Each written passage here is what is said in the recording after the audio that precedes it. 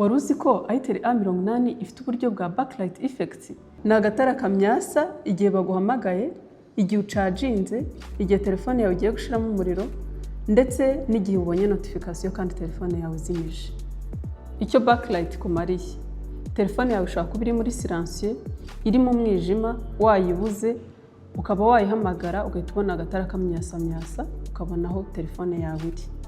Ishobora kandi kuba iteretse ukaba wabona telefone yawe ko igiye gushiramo umuriro utiriwe uyireba muri screen. Ushobora kandi kubona ko bakoherereje ubutumwa cyangwa se icyo twita notification, telefone yawe ugahita ubona ko iguhaye notification kandi utiriwe uyifata cyangwa se iri muri silence. Dore uko ubikora rero, ujya muri setting ya telefone yawe, ugakora kuri backlight effects, hanyuma ukemeza uburyo telefone yawe izajya kumenyesha ikoresheje backlight effects.